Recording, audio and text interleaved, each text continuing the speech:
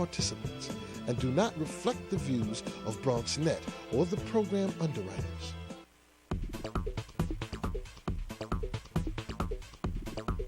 BronxNet. Your voice, your views, your vision. And hello, everyone, and welcome to another edition of Perspectives. Coming up on this edition, we go front and center with the response to stop and frisk Mayor Bill de Blasio, or I should say Mayor-elect Bill de Blasio, getting ready to take office. We want to talk about stop and frisk as well as some other things happening with Council Member Andy King. That's our conversation on this edition of Perspectives with yours truly, Darren Jaime.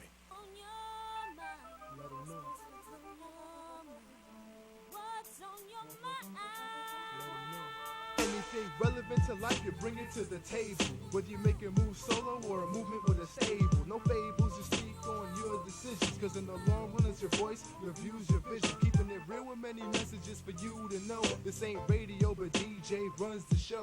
Entertainment, he rocks it. Politics, he locks it. The host with the most would handle any topic. Don't forget to share your perspective, which shines a light. Cause it might make a difference in someone else's life.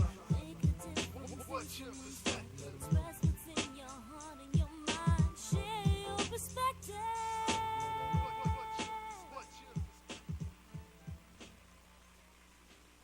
And hello, everyone. Welcome to another edition of Perspectives. I'm Darren Jaime. We thank you for watching, and we encourage you to stay tuned to Perspectives because every week we do a new show, and every week we encourage your comments. And so we tell you, check us out. We're on social networking sites. We're on Facebook. Hit us up at BronxNet Perspectives.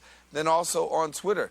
There you can find out about some past episodes. You can comment about a present episode. You can give us a show idea and tell us what you like. But be sure to stay tuned with us in the month of January, because in the month of January, we'll be talking about the Affordable Care Act, how exactly that affects you, what you might need to know, how do you get enrolled in, and try to work through some of these literal glitches that are going through. Here on Perspectives, we're going to donate part of January to being able to help you with that. But also in the month of January, it is the beginning of the, I should say, mayoral campaign or mayoral season for Mayor-elect Bill de Blasio.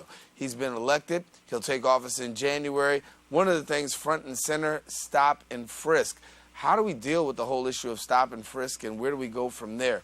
We know that Mayor-elect de Blasio was against it, and this gentleman joining us here on set has a little something that he deals with stop and frisk. We're talking about Councilmember Andy King, and good to have you here, Councilman. Thank you. It's glad to be here today. It's been a rise up through the ranks. Of course, we've known you as just Andy King before, and yes, Bronx Youth Empowerment Program still, but now Councilmember Andy King, and you're pretty proactive right now with this whole issue of stop and frisk. And so, bring us up to speed. First, I want to just wish Happy Hanukkah to all my brothers and sisters who recognize the Feast of Lights, and as we go into this holidays and holy day season, that everyone's health stay well and that we still can look to come together as a community.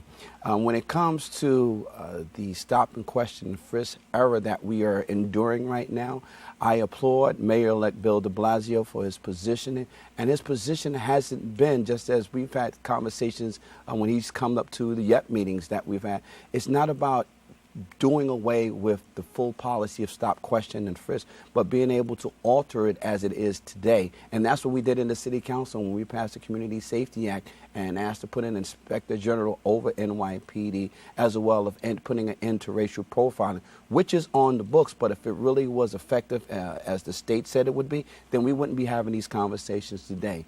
Mayor-elect Bill de Blasio has said, hey, listen, we do have a problem when it comes to crime. We do have a problem when it comes to safety. But how do we improve and making sure that every New Yorker is safe?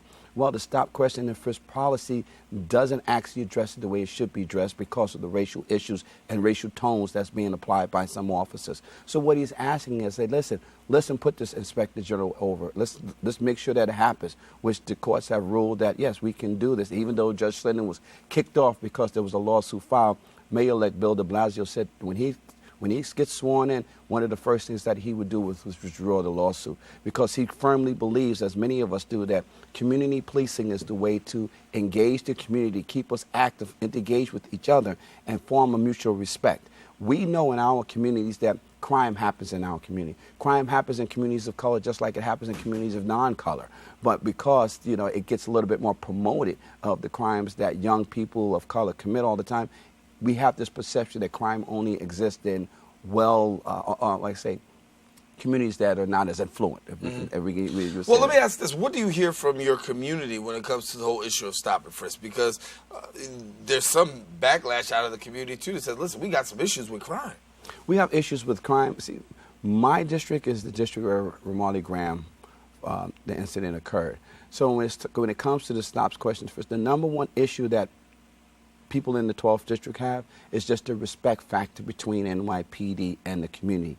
That's where you improve on. And part of the policy that allows racial profiling is one that has jeopardized that relationship. If we get to a place that officers will respect the personnel and the people in the communities and look at them as community residents, not potential perpetrators, then you eliminate a lot of those activities that occurred before this prior administration.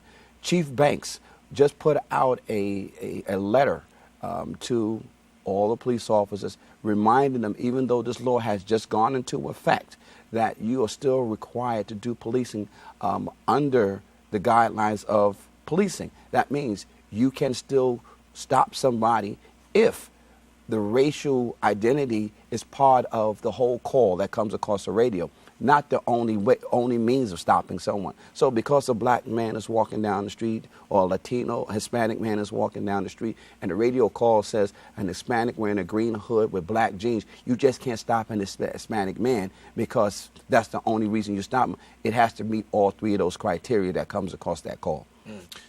When you look at the city council, you guys are proud of the legislation that was passed. And give us a little bit of background amongst the council members, because even some people did have some pushback. So how do you address your critics who say, you know what, this shouldn't be? Well, see, this is the conversation that we've had in City Hall. This is a conversation that we've had with our colleagues. And I've said over and over again, as I spoke with Councilmember Jumaane Williams and others, I said, listen, we represent our communities. Every community has sent elected a representative down here to represent and speak on behalf of them. And because a particular activity or a crime or an injustice doesn't occur in your district doesn't mean it's not happening in another district. So it just says if you want us to support you in Staten Island because you need support because of the ferry that you have going, you need some legislation put. I'm in the Bronx. Staten Island ferry doesn't have an impact on the quality of life, but you know what? The stop, question, and frisk policy has an impact in my community. So you have to recognize, we have to recognize that communities experience different things, and we as council members have to not only represent our district, but we have to represent all of New York City. So when I lead that to say that as we have conversations, we've asked our colleagues, because you're on the other side, because you don't experience, doesn't mean it doesn't exist. And you need to respect those of us who represent communities who are going through this. So when we look in January, what can we foresee from your perspective? You got a new mayor coming in. You have a full Democratic state all the way from comptroller and working its way through. You've got a speaker that should soon be named. What do you look for coming up in January with this new administration? Well, I'm excited about that. We'll be able to have a dialogue again, a meaningful dialogue, a respectful dialogue, and an open dialogue with the next administration. One of the things, and I say Mayor Bloomberg has been the mayor for the last 12 years. During his tenure, he's done some good things, and there's been some things that didn't work so well for the everyday New Yorker. But I think with Mayor-elect Bill de Blasio's administration, that we'll be able to have a conversation that will improve the safeties in communities. I think we'll definitely build a bridge and making sure that education starts from the youngest. And today there was a poll that came out that over 63% of New Yorkers really support the mayor in his endeavor of taxing the wealthiest New Yorkers who make over $500,000 a year to make sure that we give an opportunity for our young people to have after-school programs and early childhood learning. We'll come back and take a quick break with Councilman Andy King. We're talking about Mayor de Blasio, talk about stop and frisk. We'll hear more about what Councilmember King is doing in his area when we return right after this. Can you consent with me? Imagine what you'd see if every child had a book to read. So the mission is for us to get a book to each and every child.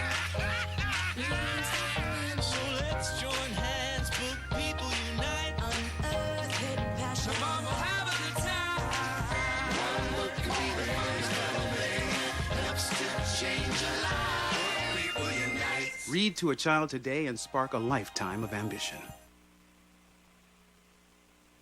There is also a very attractive extended warranty option that includes free service and parts for the next 5 years.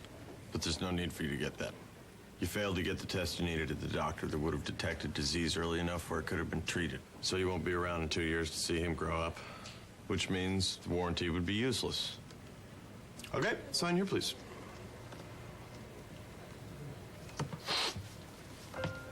For a list of tests every man should have, go to ahrq.gov.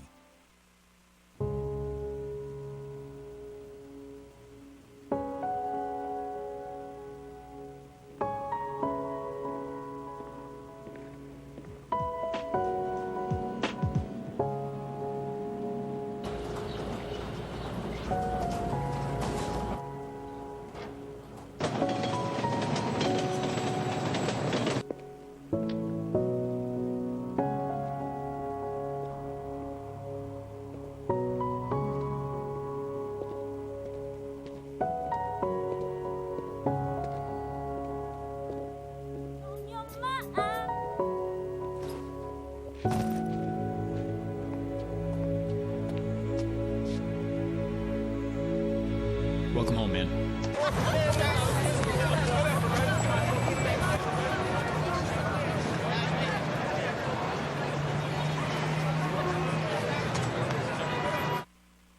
Hi, this is Jeff Fox for 107.5 WVLS. And when I get off the radio, I check out my man, the Dr. Bob Lee and Cool Clyde. It's open on BronxNet. I never miss it. Cause it might make a difference in someone else's life. What's your perspective? There you saw Jeff Fox, the Fox that rocks the box. We know about him all across New York, one of legendary DJs, Jeff Fox. Well, you're back here on Open. Darren Jaime here with you. We're continuing our conversation with Councilmember Andy King and sharing a little bit about getting ready for January. As we gear up for January, inaugurations. Yes. And so how's it going to feel for you? Well, it's going to be a great experience. I'm thanking the people for re-electing me and giving me my first full term. So I'll be able to continue to move on the agenda that I ran on of bringing unity back to the community and moving us forward as developing as people, developing as not only just structures in the community, but developing as a community. So I'm excited. You know, my inauguration is on January 3rd. And the 3rd is so significant because it's my dad's 78th birthday. Mm-hmm. So we're going to be doing that at Evander Childs High School at 4 p.m. I invite everyone to please come on out and participate and join us at this wonderful celebration as we start a new day in history for the 12th District of the Bronx. What does it mean for you? Because obviously you spent a lot of time trying to get there, Mm-hmm. and then finally having to go through the fight and really getting there. Now to be there, solidified in that seat, and not really having to look over your shoulder, for lack of a better saying. What does it mean for you? Yeah, well, you know, looking over your shoulder is one of the things that I don't want to ever have to do. I believe that the work that I did prior to me being elected inspired others to say, listen, we need to send you down to City Hall to represent us. And I continued on that same pace and making sure that the commitment and the dedication to serving this community was one that always remained in the forefront. So my office and myself has worked tirelessly over the last 12 months to ensure that people can have the confidence back in what your representative is supposed to look like in City Hall. So I'm grateful for what we've accomplished. I'm looking forward to the next 4 years of dedication, but more importantly, keeping the community involved. One of the main things that I'm going to be focusing on, other than just developing and providing funding and creating legislation that improves quality of life, but organizing the community for community action and community accountability. No longer are the days that we need to accept that we as a community who need so much that we sit back and be the Monday morning quarterback after things happen but never get involved. It's time for us to get involved. You know, civil rights just didn't emerge, you know, because, you know, people just sat around in the living room. They sat around in the living room, came around with a strategy, then they took to the streets and made sure that they implemented the plan and kept them all active. And today, even though we've advanced some, we still have a long way to go. In January, I'll come to the community first, and then I'll come back and talk a little bit about yourself and what you've got going on with the district. But the district is going to have to respond to the Affordable Care Act because everybody is being impacted. By January, we know that Americans are expected to be enrolled into the Affordable Care Act, known as Obamacare. Where do you stand with that? I know that there was a huge, you guys had some a huge gathering to talk about that. Yeah, we did back in November. We held an Affordable Care Act in You forum at Evander Childs in my district, where we brought in Congressman Eliot Engel, who stands at the forefront every day with President Obama in Washington, fighting the other side who can't seem to figure out that, hey, if everyone has health care, we have a healthier society and a more productive society. They played politics with it, but it was a great conversation between him, the Congress member, Montefiore, Assemblyman Hasty, and we had a few others, from Health First who came and included themselves in the dialogue of understanding and explaining what the Affordable Care Act offers. The president has gone through something with this, and he's admitted, and he's taken the hits of saying, listen, I'm the leader of this piece of legislation. It's my signature legislation. There were some kinks, but we're working on the kinks. With everything that you kind of rolled out, and it was the same thing with the Social Security system, and, when they rolled it out, there was some kinks, and they had to tweak it. I would like to really know, because New York State, we haven't had the challenges across all across the country because states had to create their own exchange. I would like to know of all the states who have had challenges, how many of those states really supported their elected or representatives supported it? Because if you really support something, you will do what you have to do to make it work. But if you're on the fence, food for thought, sabotage, or anything else that can get in the way because of your own political agenda. But I think I'm very confident in what that's being done to correct the kinks. I'm confident in our president's ability to deliver on this signature legislation, and I remind people every day, the Affordable Care Act is law now. It's not something they can just say we can go back and just snatch it back and pull it back. The funding it's already been funding. So people get confused in this conversation of fear money on people part of the other party. But I'm really confident by January, February, things will start putting back into order. People will be signing up, and I said people in New York are signing up, and the numbers are increasing each and every day. Yeah, and we know that there's still numerous glitches, and the president has come out and even publicly apologized for it. And so stay tuned to us here at Perspectives. We'll continue to give you more information about the Affordable Care Act and how it actually affects you and what you need to know going into January. But as going into January, obviously the opportunity for you to kind of go clean, if you will. Start for new broom sweeps clean. Mayor-elect de Blasio, you've got a new speaker coming in, new comptroller, public advocate. All these things are coming into balance in New York. Let me ask you this question. I've heard somebody say New York might be just too democratic. What do you think?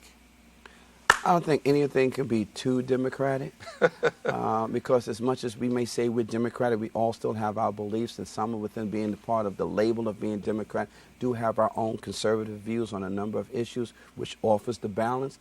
I think one of the major challenges that might occur is that we all need to recognize that this is the first time in 20 years that we all, quote unquote, breed from the same party, that we should be able to sit down and not make the same error that happened up in Albany when the Democrats finally came in power and they couldn't figure out how to play in the sandbox fairly with each other, and they end up losing the power that was earned.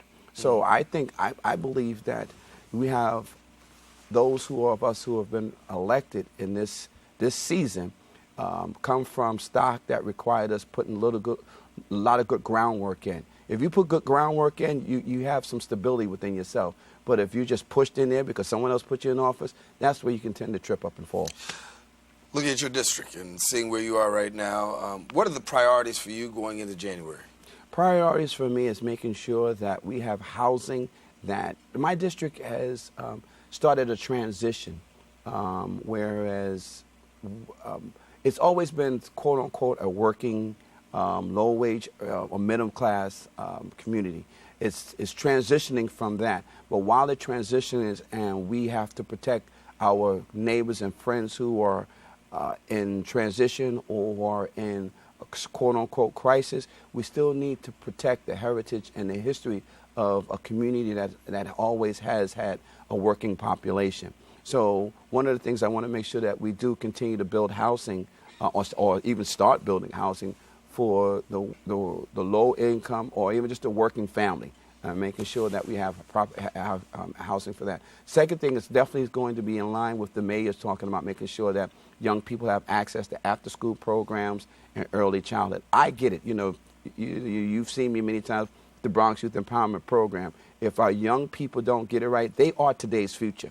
So how do we expect them to take on the torch if we don't give them the proper tools and the values of developing themselves early? You just can't tell a child at 15 they got to start developing. That starts back when they're 3. And if you don't get it right back then, now we got to put money on the back end for other adult literacy programs and, you know, incarceration, reentry programs. Let's put the money up front so we can save so many lives up earlier. So I think between housing, our children, and the education system, and making sure that our communities remain safe, I think that's a way to start developing. You know, you don't want to take on too much, because if you take on too much, you accomplish nothing. I'm one that you take on a few things, accomplish them, and build on that. What would you define as the biggest need in your district right now? Yeah, the biggest need is developing people. How do you say quantify developing people? And that's what the thing. You got to get to the root of things in order to correct them. You know, we do a lot of plugging in holes and, you know, saying that we're solving this. It sounds good politically, you know. But at the end of the day, if you don't get to the root of the problem, we need to help people change their thoughts, their habits, and their behavior patterns. And if we can develop people, we'll have people who will be preparing themselves, you know, to be the best construction person they can be, preparing to be teachers, preparing to be sanitation workers, preparing to be city workers, preparing to be entrepreneurs, preparing to take care of their neighborhood.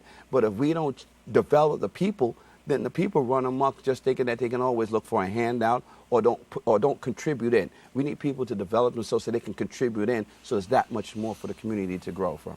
So when we look in your community and we see seniors, we see housing, we see education as being some of the primary things that are really, you know, a lot of people talk about. Some people will say that, you know, a community of your magnitude that has seen a lot of great people come through there lacks in the area of youth or quality of services for youth. Mm-hmm. Would you agree that youth services are lacking in that area? Because you know, that we hear all these other things, education and seniors and this and that, but when it comes to youth services, where do you see things? Well, education starts within youth. You know, if you educate your youth, you know, they become adults. God willing, they become adults, and if they're educated young, then they'll be able to develop. I will not argue when it comes to youth services, you know, as we're going into a next season, and I'm really looking at, you know, possibly being the chair of the Youth Services Committee, because that's where my passion always has been. And I know that I will give all that I can to make sure that young people's rights are protected, making sure there's an educational system that makes sense for them to help them learn, make sure that health care access is always maintained, and housing is always available for young people. But then again, it goes back to what I started to say. One of the things that I'm going to be doing in this term is community accountability, and that means holding parents and youth accountable for the things that they do. We do understand and we do know that the young brain doesn't develop before it's 24 years of age fully develops, and it's okay to make a mistake, but when you understand that you've made a mistake, it's say, okay, take ownership.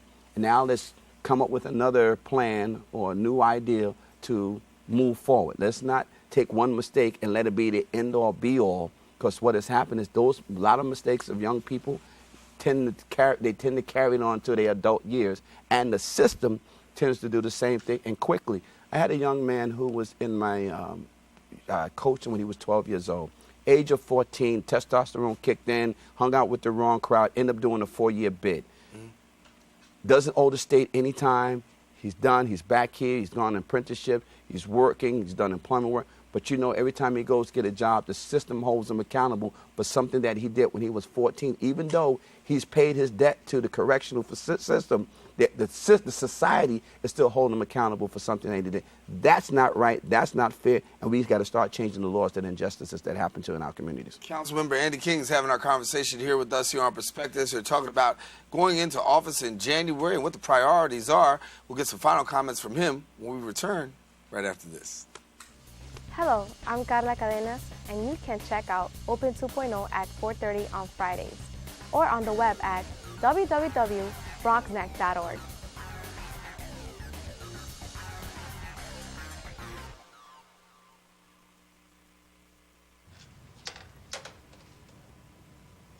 No están nada mal. ¿Y qué tiene de raro?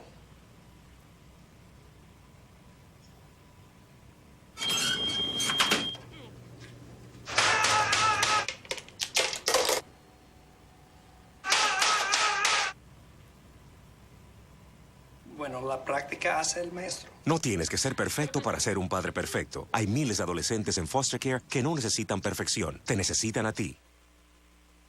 Up, college is hard. Down, those books are heavy. My sport is football, but my passion is education. Right up here. So every year I take promising high schoolers on a college tour And lights there, darks there. to show them that higher education means a brighter future. My name is Nnamdi Asamoah. I don't just wear the shirt, I live it. Find out how you can live united for education. Give, advocate, volunteer. Go to liveunited.org. Some final comments from Councilmember Andy King as we get ready to wrap things up here on the show. And before we go, I guess I got to say happy holidays to you, too, as well. You know, all that, Thanksgiving and Christmas and all the other great stuff. Kwanzaa around the corner and Hanukkah and all those good things. Well, it's that time of the year that people have designated that they're going to be a little kinder to themselves. They're going to be kinder to the people that are around them. Then it's also that time of the year for those who may not have that connection to other family and friends, that it's a long time for them. Well, one of the things that, you know, my wife and I do, you know, we open up our home and we just prepare a meal and share with those, you know, community residents that we do know and some that we don't know. Because it's all, you know, in this time we say sharing is caring.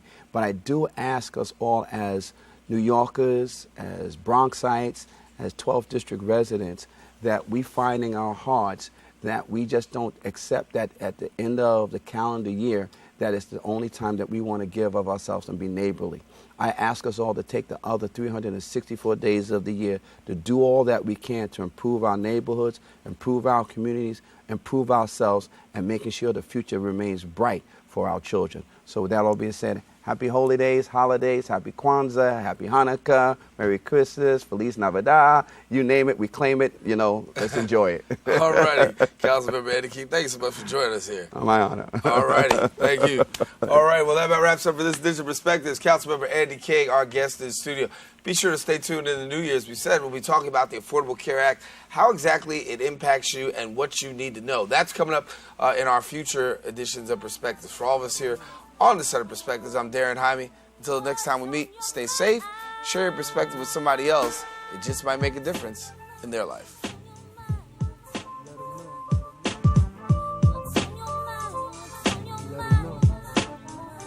Anything relevant to life, you bring it to the table. Whether you make a move solo or a movement with a stable. No fables to speak on your decisions, cause in the long run it's your voice, your views, your vision. Keeping it real with many messages for you to know. This ain't radio, but DJ runs the show. Entertainment, he rocks it. Politics, he locks it. The whole...